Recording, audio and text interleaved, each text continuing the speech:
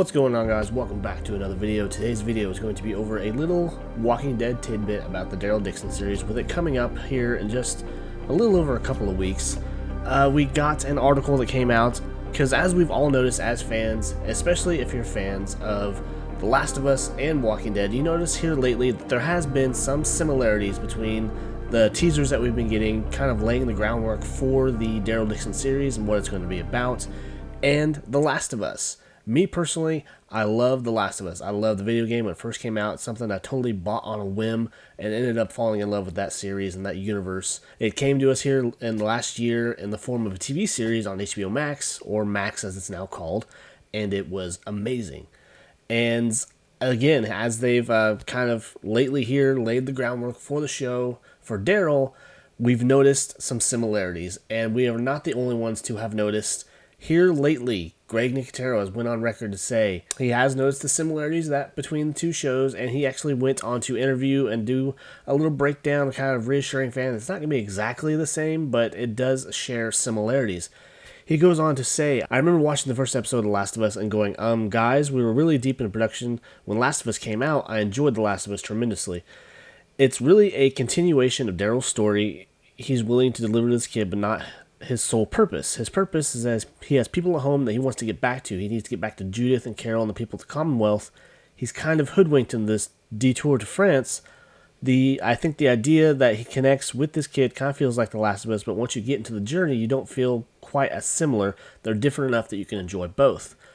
But as a lot of fans have noticed, and I've put out videos myself, that yes, there is a huge, at least kind of introducing this story and these characters and everything, yes, there is a huge similarity between the two stories, because if you're familiar with The Last of Us, the whole premise of the story is this survivor taking this kid who is immune to the disease or the virus in that universe, taking her to a group of people that can extract the cure from her and produce or mass produce a cure for the entire world, or a vaccination. And that's kind of what people have been lately thinking that Laurent from the Daryl Dixon series could also share with that story.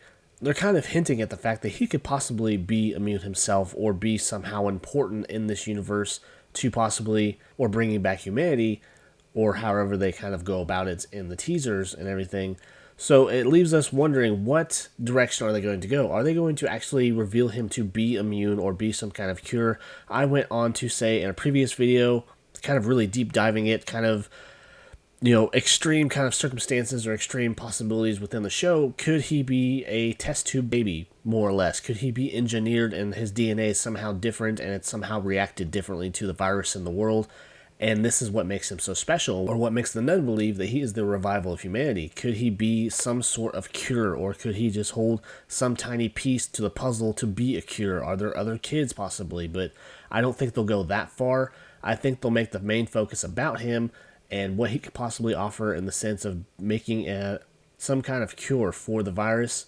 But there's still that possibility that we're being completely misled and that's not the case. But when Greg Nicotero talks about this, he kind of insinuates that is the case within the show, because they were so worried, or they were kind of worried anyways, about the similarities between this and The Last of Us, that Last of Us, Ellie is the cure. She is immune. The mutation has changed so much within her that she becomes immune to the cordyceps virus. But in this, they're kind of hinting at the same kind of situation. Maybe the mutation that is the virus, the Walker virus, is somehow mutated in him, but I'm still kind of wondering, and it would kind of make more sense that Laurent is somehow engineered differently. He was a test tube baby. He's related to the scientist that started the virus in the first place, or is he some kind of an original experiment? We don't know, and we don't know anything about his mother, because she, from what we can see in the previews anyways, that she dies during childbirth. And maybe there's kind of a similar story in there, because we saw in The Last of Us that the reason that Ellie is immune in the first place is because her mother was bitten during birth, and it's somehow in that transaction between being born and everything and in the bite that it somehow mutated the virus, and that's what made her immune in the first place. So if they kind of went that direction, like they revealed that his mom was bitten shortly before she gave birth, yeah, it's probably going to make a lot of people upset and be like, you totally ripped off The Last of Us. But from what it sounds like Greg Nicotero didn't even watch The Last of Us until they were already well into production, and they had no idea of the similarities between the stories and all that.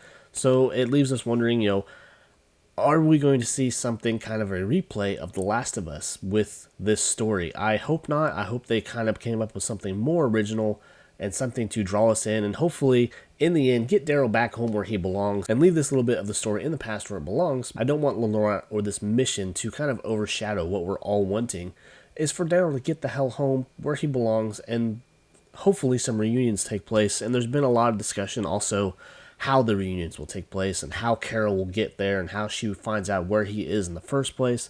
And just, there's a lot of things that we're still not sure of, and there's been discussions here and there that probably the best way to wrap everything up, not just within these, not to try and wrap it up within these different spin-offs that we're getting, to wrap it up with maybe a full-length feature movie. I doubt they go that direction, but I think it would be the best, or at least, to really focus that story on the movie, because within these spin-offs, we're going to see individual stories. They're going to take those spin-offs and focus them on those stories in the spin-offs, and they're not going to want to take it and try to squeeze in the bits of the reunions that we want to see, and because it would probably cheapen it a little bit. But anyways, that is the little bit of Walking Dead news that I came across today, and I just had to share it with you guys. So I think that'll do it, guys. So until next time, I will see you later. Take care.